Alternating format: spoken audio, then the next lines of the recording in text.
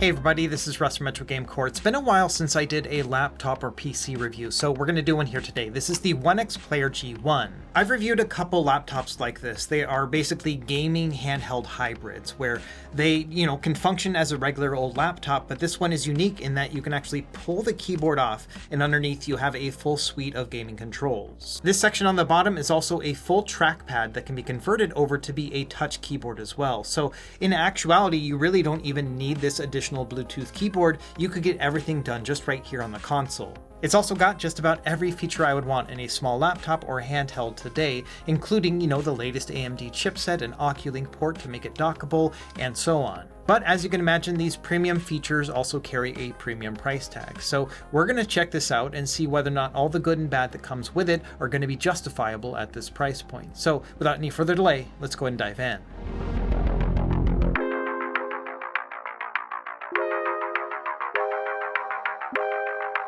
Let's start by looking at the specs as well as pricing. So we have two different CPU options here, at least right now. We've got the AMD 8840U as well as the more recent AI9HX370. The website also indicates that they will have an Intel version available at some point, but it's not up for sale just yet. Now, depending on the layout that you get, you have between 32 and 64 gigabytes of RAM, which are clocked at 7500 megahertz. And same thing with the storage, it's between 1 and 4 terabytes, and it does have an M.2 2280 size. Even though it is a small laptop, it's got a pretty big display, 8.8 inches with a resolution of 2560 by 1600 and a 144 Hz refresh rate. This in fact looks to be the exact same screen used in the original Lenovo Legion Go.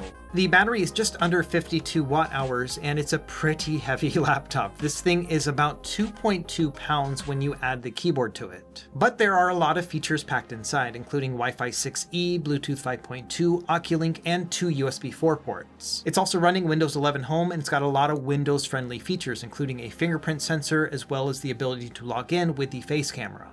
As far as price point, we're looking at under $1,000 for the 8840U model, but then about $1,300 for the lowest tier HX370, which is the one that I'm testing here today. And of course, if you want to add additional storage and RAM, the price is going to go up from there all the way up to about $1,600, which is quite a high price for such a small little laptop. So let's take a look at the laptop itself and all of the different I/O and features. Now, this was sent over from OneXPlayer for review, but like with all my videos, all opinions are my own. They're not seeing this ahead of time and no money was exchanged in any way. It's also worth noting this is a prototype model, so there may be some differences between this and the retail unit. Here's a quick look at the charger that will come with it. This is 100 watts, a single port here, and we also have a braided USB-C cable. And the laptop does charge pretty quickly. With this setup right here, I was able to charge it to 50% in only 30 minutes, so that's pretty impressive. Let's take a look around the laptop first, starting with the lid. So we've got the OneXPlayer logo here, but then also this is an RGB light that you can change in the settings. So it'll flash different colors, or you can just turn it off if you would like. Of note, the material here is typical of your OneXPlayer devices where it's pretty smudgy. This is something we've seen for years now with this company. So just bear in mind that you may have to wipe it down from time to time. On the left side, we've got a microSD card slot for expanded storage, and on the right side, we just have our power button as well as a charging indicator. This, like I mentioned before, is a fingerprint sensor. On the back, we've got a lot to talk about. We've got shoulder and trigger buttons. We'll leave those for when we talk about controls. And then also a headphone jack, an Oculink port, a USB 3.2 Gen 2 port, and then 2 USB 4 ports. On the bottom side, we have our fan intake as well as exhaust here on the back. And then finally, just on the front, we have our 2 stereo speakers. I've got a couple notes about the speakers. Number one, I don't actually mind where they are placed. You can see right here as you hold them, the sound just kind of cups in here and then kind of bounces back into your ears. And so I found it to be actually a pretty good sound quality altogether. As far as the audio itself, I'd say it's pretty good. I don't have a lot of complaints about it, other than the fact that it sounds a little bit muffled. Let me give you a listen right here.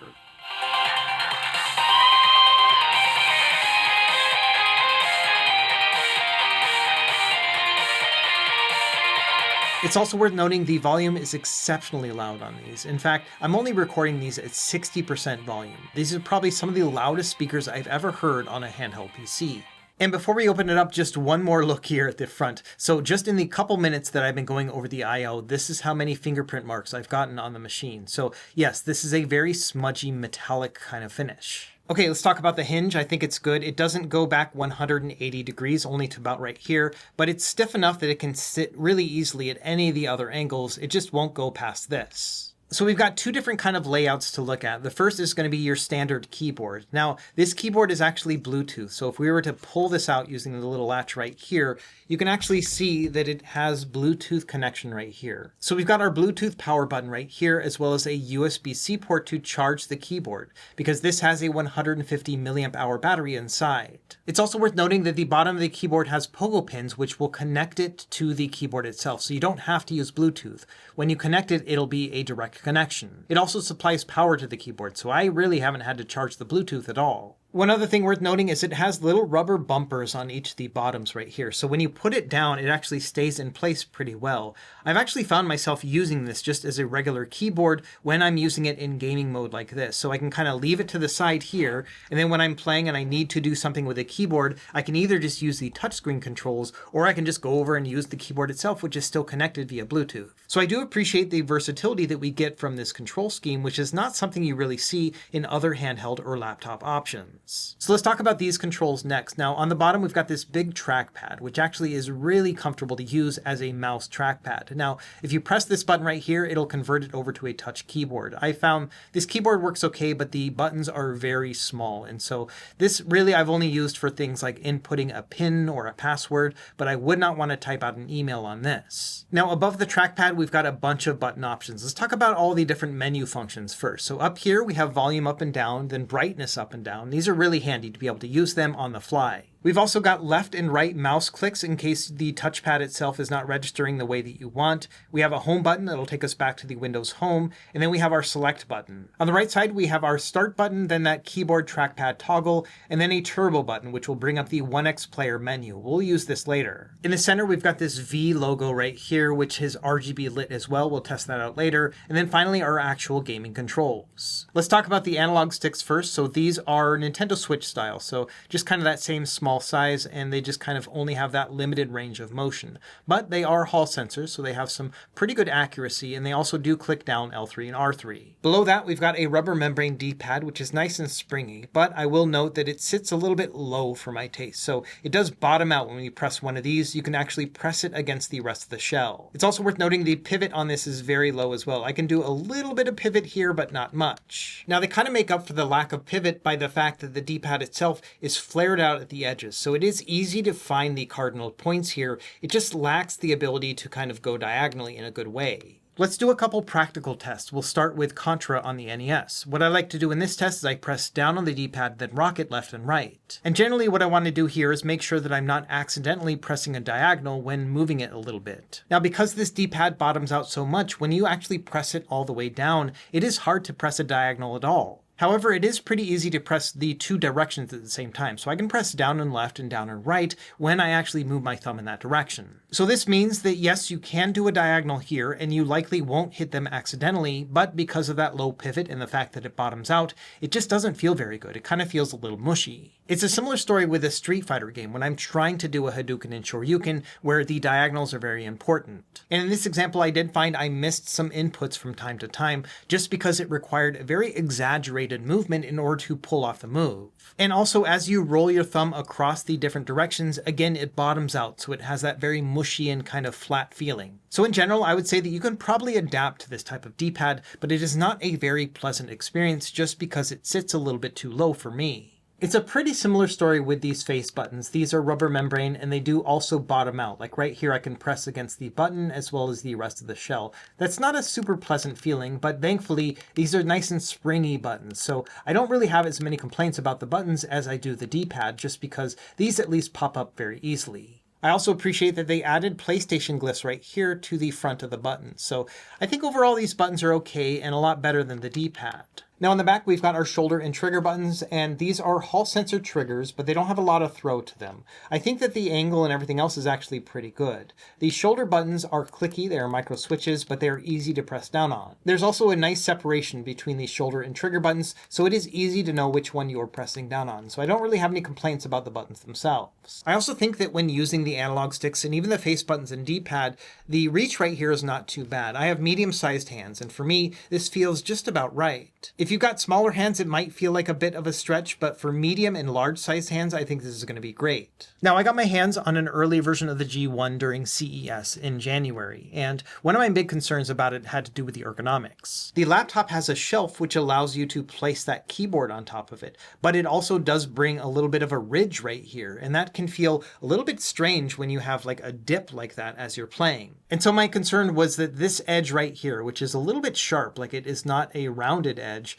was going to feel a little bit strange in the hand as you're using it. And I thought that over time it would feel fatiguing. And it doesn't make a lot of logical sense, but I found that in practice it actually is very comfortable. I think just because the way my hand kind of wraps around right here, and then the buttons themselves are much further down. And so as I kind of go down to actually meet the buttons, it feels pretty comfortable. The edges on this side are nice and rounded, which means that as you're just holding it overall, you've got this nice kind of rounded edge on the back, and then your thumbs kind of descend down to meet the buttons. And I found this layout to actually work pretty well. You can definitely feel this ridge as you're holding it, but it's not to the point of being uncomfortable for me. And I'm a stickler when it comes to comfort and sharp edges, and this is a lot more comfortable than I was expecting. I've been using this layout for about 2 weeks now, and I don't really have any concerns when it comes to ergonomics. It's a heavy machine, it's like 2 pounds, but still, when you rest your elbows down and you play it like this, I haven't had any problems whatsoever. I've been able to play this thing for an hour, 2 hours at a time with no complaints. So I would say that against all odds, this is a pretty comfortable laptop. I think it's the fact that the buttons are further inset, which allows you to just kind of grip the thing like this a little bit more easily. Now let's talk about this keyboard layout a little bit more. Now,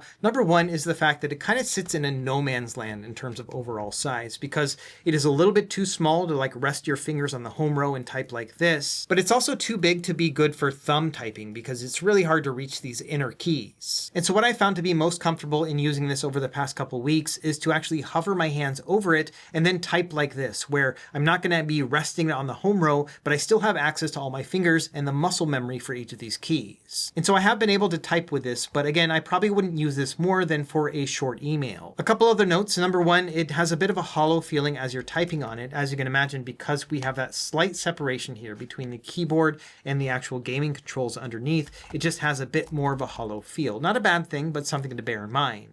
It can also be a little challenging to get the keyboard off itself because, you've got to really get your fingernail underneath to be able to wedge it out. And so that's one of those things where I kind of wish there was a ribbon or something I could pull it off, but I've gotten used to being able to just kind of really reach under here and kind of pull it out.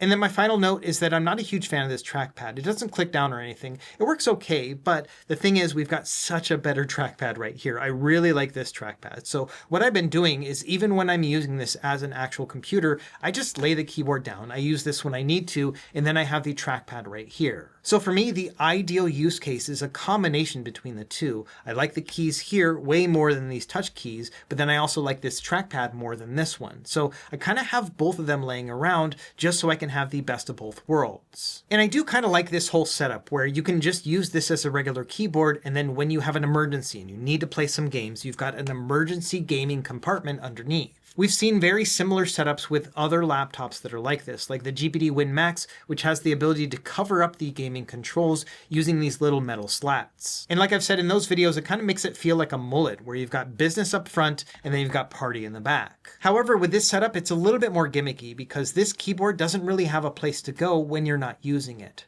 Unlike the GPD, which had those little slats, you could put them in a back compartment instead. And so it's a little bit weird that you have to think about where you're going to put your keyboard when you're not using it when you want it to go into gaming mode. So it is one thing to keep in mind if you're going on a trip and you don't plan on sending a lot of emails, then maybe you can leave this at home and just use this for gaming. It's going to save you a little bit of weight as well because this is like 140 grams on its own. Now, speaking of overall size and weight, I mentioned already it is pretty heavy, but if you rest your elbows on something, it's not too bad. But let's do a quick comparison in terms of size with other similar laptops. Now, I've been slowly downsizing a lot of my equipment. I've been giving them away to other creators so that way they have something to work with because I don't need a bunch of laptops and handheld PCs to kind of sit around the house. And so I've only got a couple to compare with, but let's start with the GPD Pocket 4. And these two are pretty similar in terms of these dimensions here. They're about the same height as well as width. However, when it comes to thickness, there is quite a big difference here because the GPD Pocket 4 doesn't have any gaming controls. It literally is just a small laptop. So the OneXPlayer is about 33 millimeters in thickness, not even counting the trigger buttons, whereas the GPD is only about 23 millimeters instead. So we're looking at something that's only 2/3 the thickness of the OneXPlayer. The GPD is also lighter. It's about 740 grams versus 1 kilogram for the OneXPlayer. And I think these two are pretty easy comparisons because they have the same chipset inside of them. So it really comes down to whether or not you want gaming controls and the ability to swap out between the keyboard and the gaming focus. I've had the GPD for about 6 months now, and this is my traveling laptop just because it's got a little bit bigger of a keyboard, so I'm able to kind of type a lot more easily on it. But then also the screen itself flips around, so I'm able to use it in tablet mode. However, this one doesn't have any gaming controls, so I have to bring an external controller, which honestly I prefer just because I'm able to set this down here and then just play as I'd like. The only other laptop I have for a comparison is my 14-inch MacBook Pro, and you can see that, yeah, this thing is a lot smaller than the MacBook, but of course a lot thicker too. So it really comes down to what you're looking for. If you were looking for a laptop with gaming-centered controls, then yes, I think the OneXPlayer kind of fits its own niche. The only other main comparison would be the GPD WinMax 2, which unfortunately I don't have anymore because I gave it away to another creator, but that one was a little bit bigger. It was like a 10-inch device, and so that one was a little bit easier to type on and had those gaming controls built in, but because it was so heavy, I never really used it in that mode. So I think the main use case for the OneXPlayer G1 is whether or not you need something that you can use for business as well as for gaming, because it does both of them pretty decently. Okay, let's talk about this screen. It's a good one. We've seen it on the Lenovo Legion Go before. So it is 8.8 inches with a 16:10 aspect ratio and a resolution of 2560 by 1600. It also has a refresh rate of 144 Hz, but is not variable refresh rate compatible. What this means is that yes, it can get to a very high frame rate. You can see here 144 Hz with Horizon Chase. But if you see a lot of frame rate changes while you're playing a game, you may see things like screen tearing or just overall stuttering. And this is very similar to the Lenovo Legion Go, but this does have a more powerful processor, which means that you may be able to get more stable frame rates. My general recommendation with a screen like this that doesn't have VRR is to try to find a fixed frame rate that works really well with whatever game you're playing, and then set it to that. Now, as far as colors and brightness, I think it is a pretty good screen. You can see that the colors really pop on it, even though it is only an LCD, and it also gets quite bright. You can see this is the max brightness. It's kind of blowing out the camera. Now, as far as minimum brightness, it is actually a little bit brighter than I would like. So this is probably not a device you would want to play in a pitch black environment. It's a little bit too bright for that, but I'm not sure how often you'd be doing that with this particular laptop. In general, I usually play at about 60% brightness, and that has been just fine for me. And like I mentioned before, I think it's the exact same screen between the original Legion Go as well as the OneXPlayer G1. Same dimensions, same specs and everything, and the color profile looks to be identical as well. When you have them side by side, it almost feels like the G1 is a clamshell version of the Lenovo Legion Go, but with a better spec chip. Okay, now let's talk about the software experience, because this does have its own preloaded front end. Now, if you tap on this little turbo button right here, it'll bring up this side menu. There are a lot of nice toggle options here. The number one thing I do is I adjust the power profile. We can go anywhere from 4 to 30 watts of TDP power. And we'll also talk about this more when it comes to performance. Below that, we've got some fan adjustments. I just set mine to automatic so the fan kicks in as it needs it. Some other options within here are the ability to change the display resolution on the fly. I usually will just keep it at 1600 and then adjust it within the game. There's also an RGB effects section. So you can click on this. You've got a bunch of different options. This will change the RGB lights both around the analog sticks as well as the keyboard, and then also this little center console thing too. I also mentioned that there is RGB lighting here on the back, which you can adjust. And so this one right here is just kind of flowing through a different rainbow pattern, kind of similar to what we're seeing here. And you can adjust all of these within this menu here. So depending on what specific thing you want to change, you can see the joysticks, or what they call the V zone. You can change all that here within the settings. You can also toggle off the CPU turbo mode, which will be good when you're trying to save battery life when playing games. And you can also adjust the battery options. So you can change the charge limit so it only charges up to like 90% or something else. And you can also have it bypass the power supply, which means that you can actually just play it without charging the battery at the same time. So those are both really good options with the laptop. And then finally, you can adjust things like your brightness and volume, and that's about it. So I think it's a pretty easy toggle to be able to just tap this when you need it and bring this up during a game to adjust your performance or, your brightness, things like that. Now, if you press and hold the turbo button, it's going to bring up their own front end. I personally just use Steam Big Picture mode, but within here you could have all your games in one repository, and you can also make some other adjustments here within like programming the buttons and stuff like that. And then finally, under the Others tab, there is the Update Center. This can update your BIOS and your controller drivers if they have something new. And so overall, as far as Windows machines go, it's a pretty easy setup. You just tap that turbo button. This will allow you to make the adjustments on the fly, and so I can't really complain about that. However, one thing I have noticed with the G1 is that it does require some babysitting depending on these settings and specs that you want. And so let's go over performance and battery life next. Okay, so we're going to run through a bunch of PC games here. I'm going to start with, the most lightweight and then work my way up. So pushing it all the way down to a 4-watt TDP, you can definitely play lightweight games like this. Now, the battery life is going to be about 4.5 hours, as you can see here on the top left. And so this to me would be a best case scenario. Now, bumping up just a little bit to 6 watts is going to give us a lot more games that we can play. I would say this is your standard setting when it comes to playing lightweight indie games. And this will give us about 3.5 hours of battery life, which is about what you would expect with a 52 watt-hour battery running on an x86 platform like this. And also bear in mind that I'm just going into the OneXPlayer settings and adjusting the TDP within their own quick menu. So there are other things you could do if you're a more advanced user, like parking cores, but this is what you can expect at least with the native software. Now, another threshold I like to check is going to be at the 15 watt level. To me, this is like your mid-range if you're playing what I would consider to be a more 3D based game, but not necessarily a AAA title. And so this is going to work great with a vast majority of older games, or something that's maybe a little bit newer but more lightweight. A 15 watt TDP will also give you somewhere between an hour and a half and maybe an hour and 45 minutes of gameplay time on this battery. Now, an hour and a half is not a lot of time when it comes to battery life. I think it would be more on the low end when it comes to handheld PCs, but you also have to bear in mind that this thing is powering a pretty crazy screen. The display is large, it's 8.8 inches, it has a 1600p resolution, and also goes up to 144 Hz. And playing at that full resolution at 144 frames per second is going to demand a lot of power. And so there's a range when it comes to battery life and performance, and it really depends on how much time you have to play. Let's say with Hades, you're trying to play as long as possible. Well, in that instance, I would reduce the resolution down to 1200p and then set it to an 8 watt TDP. That's going to give you an average between 65 and 70 frames per second, but also give you some pretty long battery life, 2.5 hours. Now, on the other hand, if you've got maybe 2 hours to play games, you could adjust the TDP to 12 watts. Using the same resolution, that's going to give us a much higher refresh rate, about 140 frames per second on average, so almost double the frame rate. And then finally, if you've got less time to spend than that, or maybe you have it plugged in, then you can raise the TDP even more. For example, you can go up to 18 watts with this game, which will give you a very stable 144 frames per second. So this is going to give you the best gameplay experience, but just bear in mind that you're limited to about an hour and a half of gameplay as opposed to 2.5 hours that we were talking about earlier at a lower frame rate and 8 watt TDP. And so like with all these other handheld PCs, it's all about striking a balance between the game that you're playing and how much time you have to play and what kind of graphics and speed you want to see. But one thing to bear in mind is that sometimes higher TDP isn't necessarily going to be worth it. Let's talk about Cyberpunk 2077. So for a lot of these AAA style games, I usually will just set it to an 18 watt TDP. For me, that is my personal threshold, to the point where I think it's just a waste of energy after that. So here we are playing in this Steam Deck preset, but I did upgrade the resolution to 1200p. This gives me about an hour and a half of battery life and getting an average of about 35 frames per second.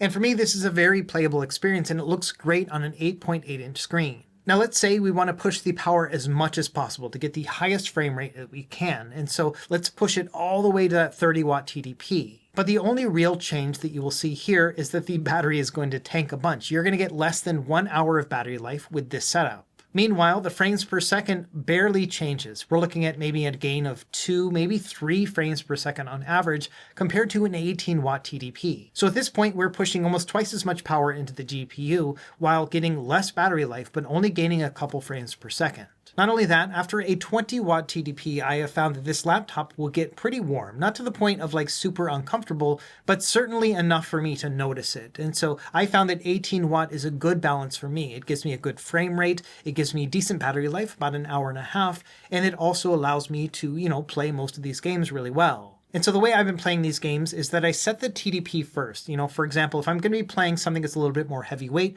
I'll set it to an 18-watt TDP. I know that's going to give me about an hour and a half. From there, I will adjust the resolution and in-game graphical settings until I get to something that works for me. And for those higher end games, I've got a couple options. Number one is to reduce it down to a 1200p resolution, which still looks very good on this display, and then generally maybe low or medium settings depending on the game. And for a lot of my favorite PC games, which happens to be a lot of these like Sony Studios games, these will often play at about 35, sometimes 40 frames per second. So I generally will feel out how the average frame rate is going to be, and then I will cap it to that. So say it's, 30 frames per second, 40 frames per second. That's what I will set as my max threshold. And that's going to give me a pretty stable performance overall. Now, one other thing we can do, because we have a 1600p native resolution, is that we can reduce it down to 800p.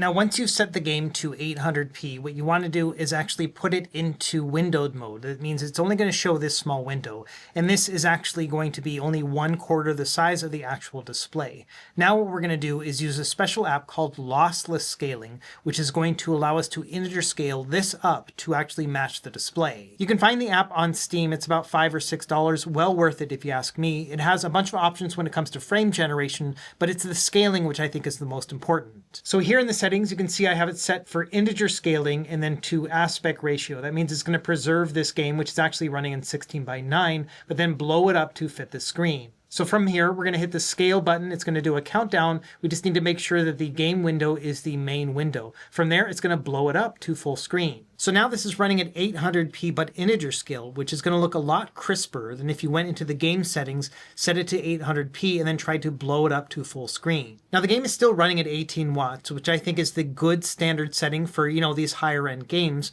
and it's going to give us about an hour and a half of battery life. But I think it looks a lot crisper with this 800p integer upscale as opposed to going into the settings and even setting it to 800 or even 1200p. I think this looks a little bit better. I did the same trick with the original Legion Go, and this is the way I prefer to play some of these heavy-hitting titles, just because I can get high frame rates. You can see here like 46 frames per second, but I am running this at 800p on a big old display, and so I really like the overall look of this experience right here. So often this is how I will play the games. The indie games I will play at like 1200p or 1600p, but when it comes to these higher end games, I usually will run them at 800p with integer scaling.